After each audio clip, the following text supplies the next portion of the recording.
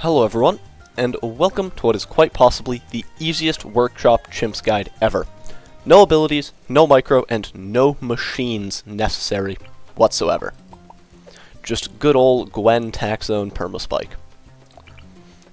First, we have by far the hardest part of this run, and no, this cannot be made easier. We have the 3 starting darts. This guy just goes as top right as possible in this corner. Just shove him there as top as possible, and set him to last. This guy goes right over here, just as low as possible, with the hair, the tip of the hair should just be in line with this line in the ground right here. And this has to be perfect, pretty much perfect. It can't be off, like, whatsoever. Set this guy to strong, and then this guy just goes as bottom left as possible next to your other guy. And these spots are very difficult, very precise, and there is no RNG involved in them. It is just pure placement. If you've gotten them right, you should be able to beat round 6 with no issues. Don't be surprised if it takes a while. They are very difficult to get right.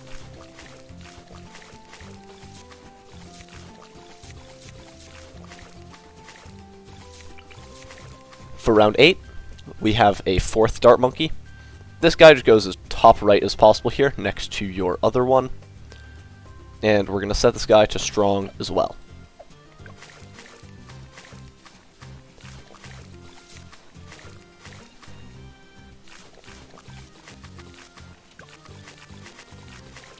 For round 10, get a druid just as top left as possible here. Just shove him in the corner. And theoretically, it might be possible to lose to this round. I think it's happened to me like once or twice out of the many, many times I've done this early game. But that is not because of any like RNG or anything, it's the placement of these darts.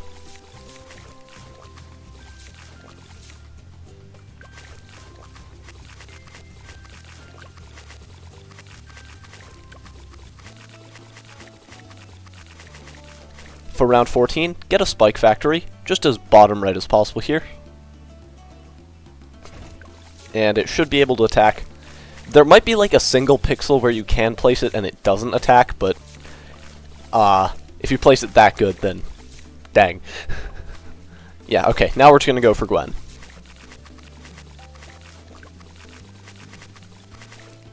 Should be able to get Gwen here on 17, just place her as bottom right as possible here.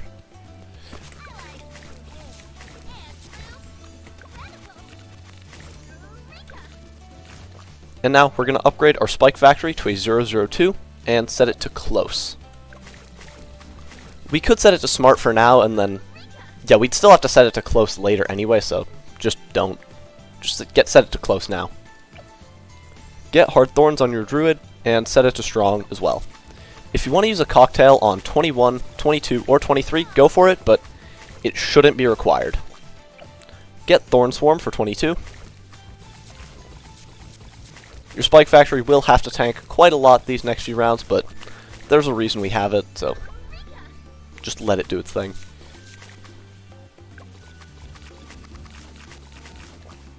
For 26, get your spike factory to bigger stacks, and now we're going to upgrade our druid just a little bit more. We're going to get lightning for 28, and then we're going to upgrade this guy to a druid of the jungle just on round, I think, 32.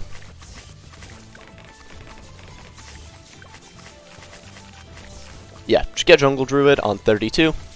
And this is our early game setup complete, so now we're going to start building into our mid game setup a little bit. We're going to upgrade this guy to a 103 long life spikes. Just do it before 35. And now we're going to get him to deadly spikes right before round 38.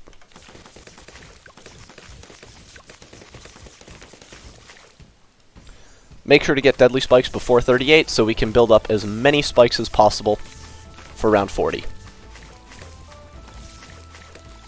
Oh yeah, and if you're using this for your red border for some reason and not your black border, It is actually like completely required to pretty much black border the entire mid game just so that deadly spikes stay, because for some reason when you retry last round, deadly spikes don't stay, but yeah, so it is pretty much completely required to black border the entire mid game. For round 40, the Moab should just impale itself on your spikes. And now we're going to get a village right over here, 002 discount, and now we're going to alk buff our deadly spike, but we're also just going to put the alk buff, like, up here, I guess. Just a little bit higher. So it'll buff our deadly spike now, and then later it'll start buffing a second spike factory that we're going to get as well. For 42, get Berserker Brew with faster throwing.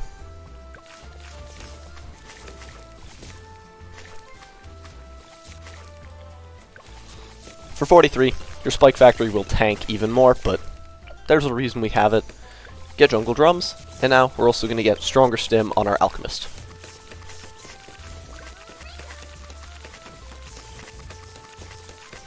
If you want to get Stim mid-round, you can, but shouldn't be required. And now we're going to go for that second spike factory right up here. This guy is going to be a 420 spiked mines, so we're just going to get him straight to that. I don't really know what to say. Yeah.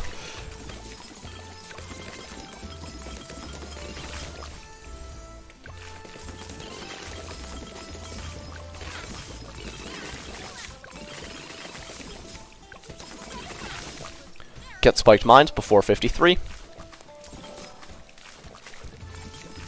And yeah, now we're just going to buy a few more things for our defense, and then we'll start going for the first tier 5 of the run, which is going to be the Tack Zone. Yup, we're not actually getting Perma-spike first.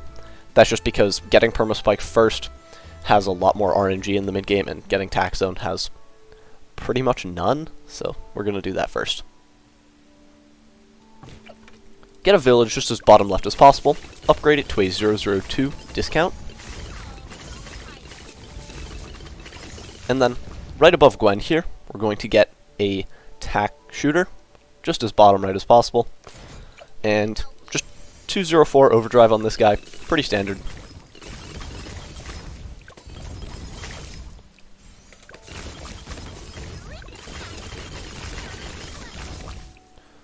For 59, we're going to put an Alchemist right above it, which you should be able to fit, upgrade it to a 320, and then get Jungle Drums on your village.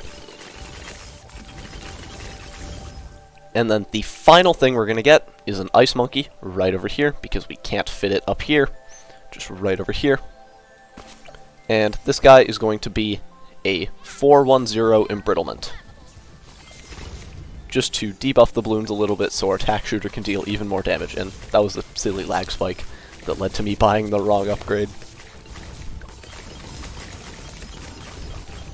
Get Embrittlement for 63, and for 63, if you'd like to use an ability on the first wave, or just any of the waves, go for it.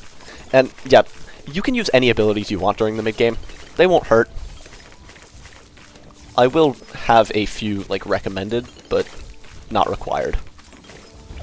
For 64, if you want to set Gwen's Cocktail over here and then use it, go for it, but shouldn't be needed.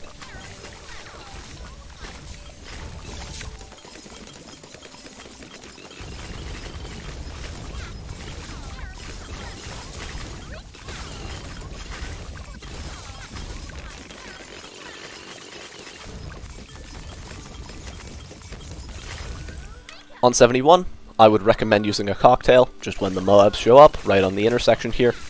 Shouldn't be needed though, because Deadly Spikes and Spiked Mines will tank a lot of it.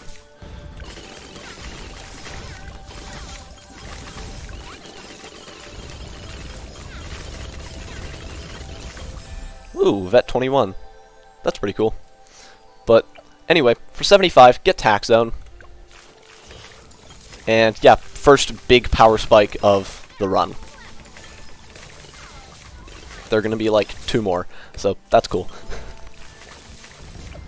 Get primary training for 76, and this round I would definitely recommend using a Firestorm when most of the ceramics are on screen, but you shouldn't need to.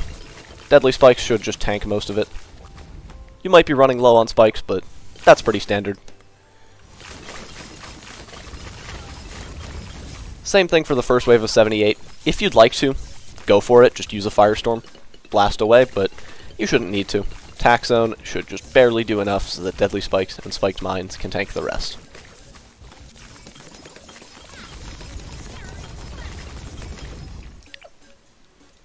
Get your Alchemist to a stronger stimulant on your Tack Zone, and then get a 013 Moab Glue above your Embrittlement. Set to strong, and now we start our Perma-spike save up. Technically this guy isn't actually needed to save up to Perma-spike, but we're going to get him later and it just makes the rounds look a little less scary, so might as well.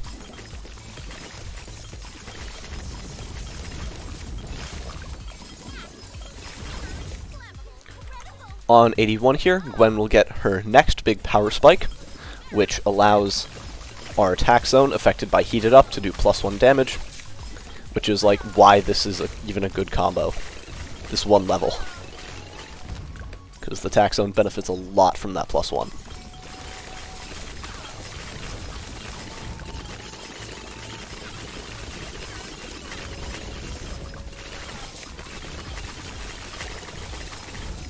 After 84 here, just get the Perma-spike, and also get White Hot. White Hot is completely not required, but theoretically, if your Alchemist throws AMD only on this guy won't be able to pop leads, so let's just make him 100% able to pop leads.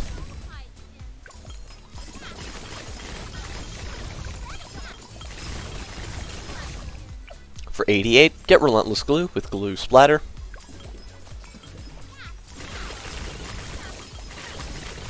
And now we're going to get a Mortar down here, in discount range, but out of this Alchemist's range. If you somehow can't place this guy down here without him being in Alch range, there should just be a spot like right up here as well. Whoa, okay. Yeah, there should be a spot right over here as well that shouldn't interfere with anything later, but we do want this guy to be discounted with the Jungle Drums buff. Get a 104 Shattering Shells, just targeted somewhere up there. The reason for 104 is just so that it has more Pierce and a slightly bigger range.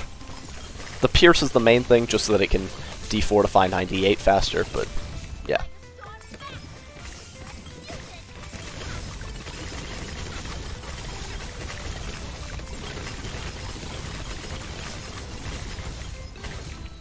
Get Shattering for 93, and now we're actually going to go for a third Tier 5 this run. Surprise Tier 5. Super Glue.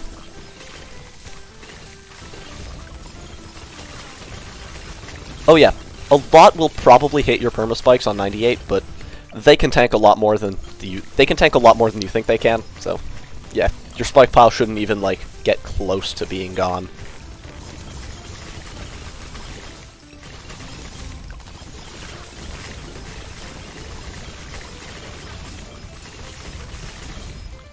On 97 here, just get Super Glue.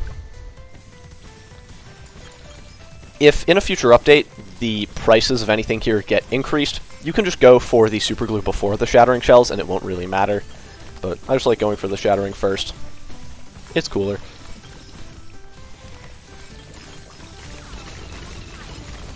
And getting the Super Glue actually allows us to stall back a lot of spikes for 98 that we might have lost on 96.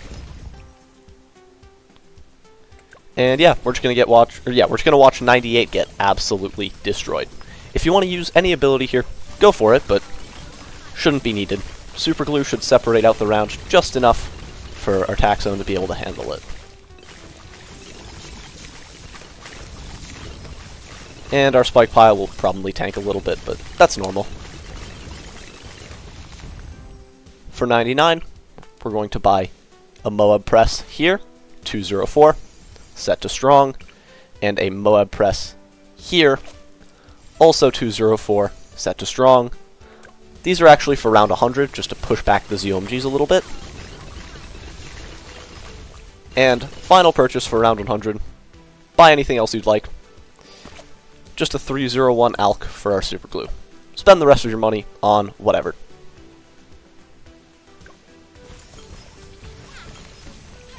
Tack Zone should weaken the bad, and the rest just gets impaled on our spike pile. And boom! With that, you should now have your Workshop Chimps black border with the easiest guide out there. No abilities, no micro, no machines, and very little RNG. I hope this guide helped you out in some way. Have a nice rest of your day, and goodbye. Also, Gwen Zone OP strat.